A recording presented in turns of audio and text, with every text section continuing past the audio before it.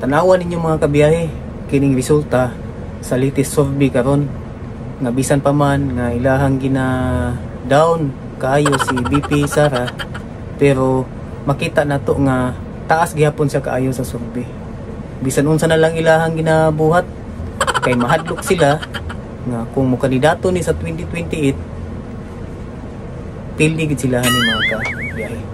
Tanawon nato ning latest update karon sa survey diri sa programa ni Atty. Ropel Banyok sa DYHP. Tanaw na to. Si Sara Duterte dunay 31%, 31.4%. Bita-bita pa si Leni Robredo kay naka 13.3%. Layo kayo pero at least 13%. So si Romaldis may galapila, ikaw kikibaw kag pila? 0.7%.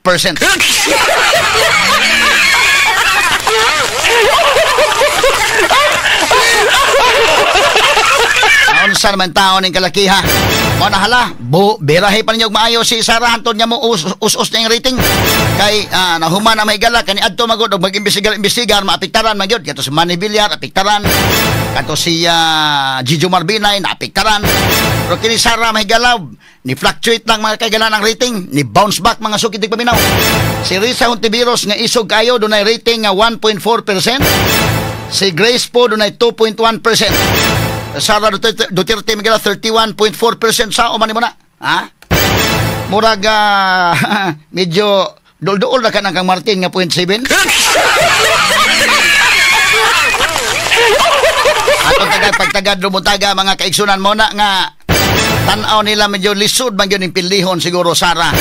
Ha? Atong i-disqualify nga di gyud kadagan. Kay panalitan dili kadagan si Sara. Muna nga kadto pud mga higalang uban interesado sa gikayo nga matanggal mahigala Sara, mahimong dunay perpetual disqualification nga di na kadagan sa 2028 kay nagsunod gud sa Lini. Bisag ka ng Lini layo kayo pero og matangtang Sara, di 13% siya may naguna na. Di kumbati na, at least mga higala dili na kayo layo pod sa uban nga mga kandidato. O nya huna-huna po Martin panalitan, at least kung si Lini na lang po inaadiha, dili na kayo hangos niya nga gukurot.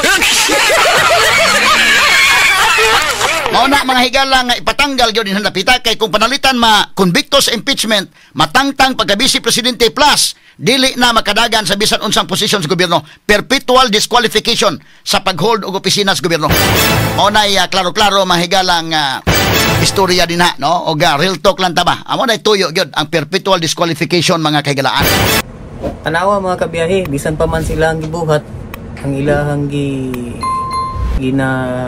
bira pababa si VP Sara, pero ang survey nagpakita nga si Sara padayon gihapon ang mga pagsalig sa mga katawhan, labi na dinhi sa Mindanao ug sa Cebu area. So mga kabiyahe, hangtod sa sunod video, ayaw mo kalimot sa pag-subscribe nining atong channel aron magpadayon pa ta pagbuhat pa sa mga video nga naatay mga pagtulunan nga makuha.